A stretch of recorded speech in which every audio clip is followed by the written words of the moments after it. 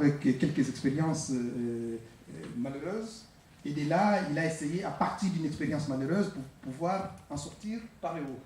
Donc c'est pourquoi je lui passe la parole, de pouvoir nous guider un peu dans cette réflexion avant d'aller et de passer la parole à Val, quand on parlera sur la relation entre université et entreprise. Guido. Merci. Alors, moi, je souhaite recadrer un peu le débat pour essayer de trouver une trame.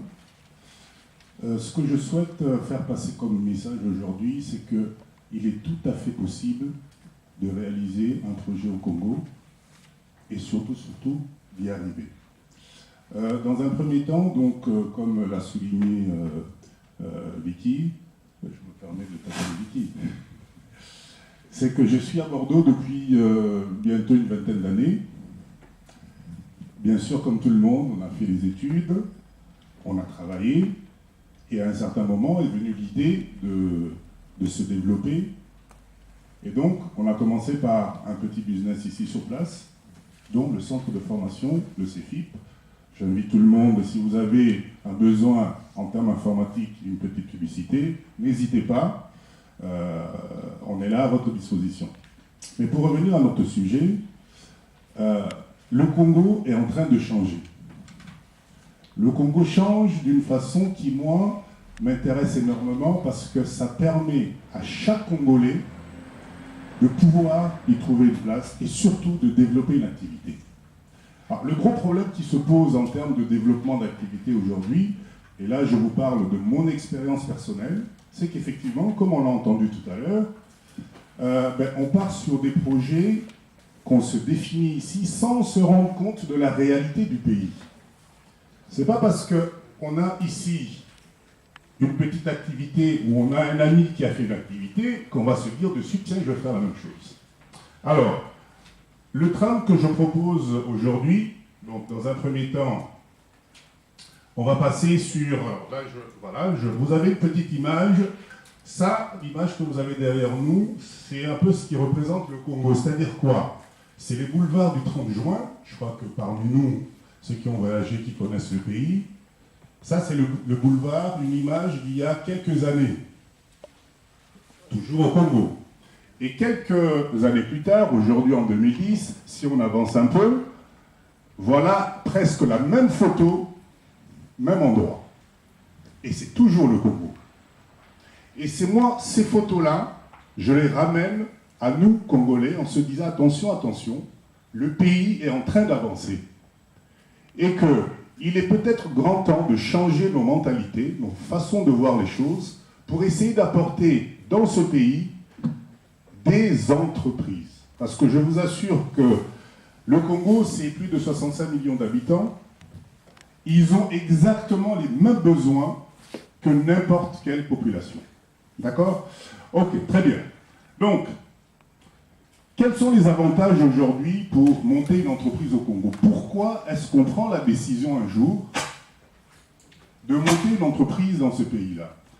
Tout simplement parce que je pense que le Congo, comme je le disais tout à l'heure, est en train de partir à une vitesse impossible, malgré ce que j'ai cru écouter, entendre tout à l'heure.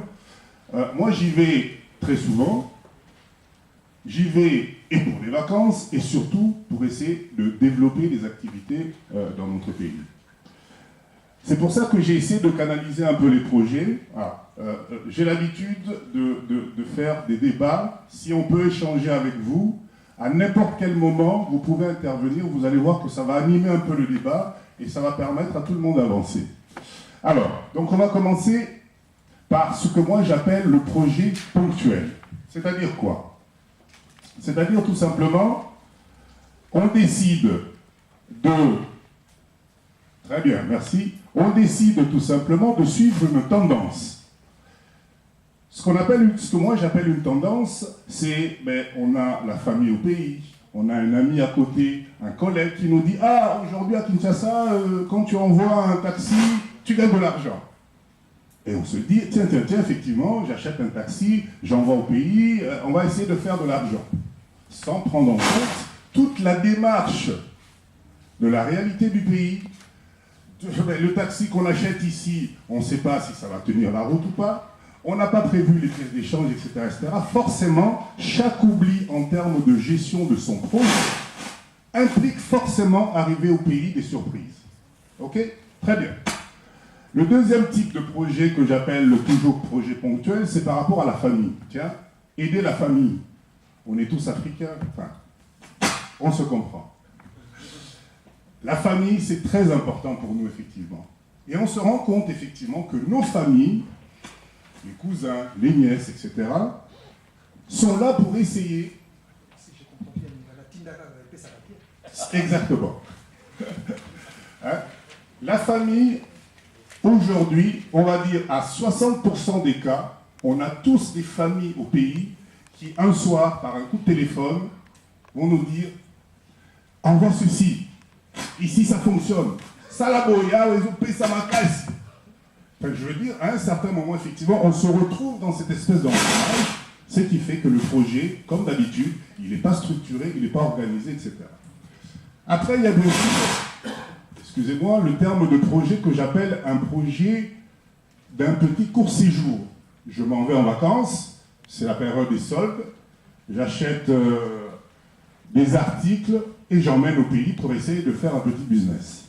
Sans se rendre compte qu'aujourd'hui, le produit qu'on a acheté 2 € en solde ici, arrivé à Kinshasa, attention, on ne va pas le vendre 20 €. Hein, parce qu'à Kinshasa, ça y est, on communique, il y a Internet, il y a la télé et surtout il y a le téléphone.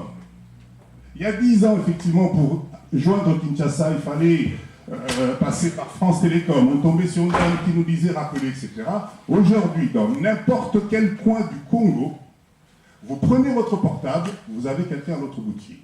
Donc, ce genre de projet que j'appelle ponctuel, effectivement, vous êtes d'accord avec moi qu'à un certain moment, génère forcément des problèmes.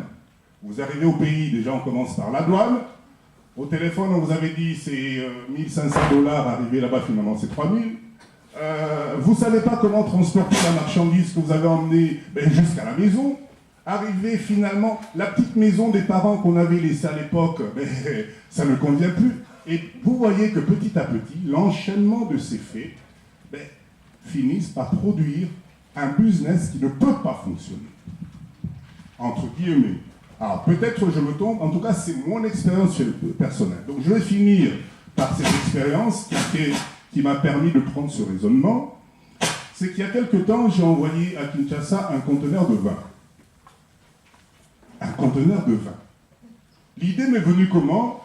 Parce que j'ai des connaissances à Kinshasa. Ah Dido, le vin c'est la folie. Tu envoies ton conteneur, mais c'est la folie. Ok. Je me suis tracassé, comme tout Congolais qui se respecte, un crédit, je me suis battu, etc. Et en plus, j'étais en plein, j'avais des formations, je ne pouvais pas me déplacer, mais j'ai fait confiance. J'ai pris le conteneur de vin, j'ai mis dans le bateau et c'est parti au Congo. Mais alors là, le conteneur de vin arrivait déjà, le dédouanement, c'était, mais alors la pagaille. Pour transporter les cartons jusqu'à Kinshasa, il faut louer un camion, etc. Arriver sur la route, enfin, un problème n'est pas possible. Finalement, j'ai perdu plus de 30 000 € dans cette affaire. Parce que je ne pouvais pas conditionner le vin, c'est pas comme la bière. Arriver là-bas, il fallait trouver une telle température. Je n'ai pas fait mon étude de marché, je n'ai pas compris mon produit, j'ai tout simplement suivi l'idée de dire que quand tu envoies du vin au pays, ça va marcher et tu peux te faire de l'argent. Et mon expérience a été 0. Donc, tout ça m'a emmené à analyser ce premier type de projet que j'appelle projet ponctuel et que moi, aujourd'hui, en tout cas, je déconseille. Je déconseille parce qu'on ne peut pas y arriver, c'est impossible. C'est pratiquement impossible. Un produit, ça se vit. Un produit, il faut connaître son produit. Il faut connaître le circuit de distribution, etc. Méthode que d'habitude, sur ce type de projet, on n'applique pas du tout. Alors, là, j'ai fini ma première présentation sur le projet ponctuel. Si vous avez des réactions, si vous avez des questions, je suis à votre disposition. Sinon, j'enchaîne sur la deuxième partie.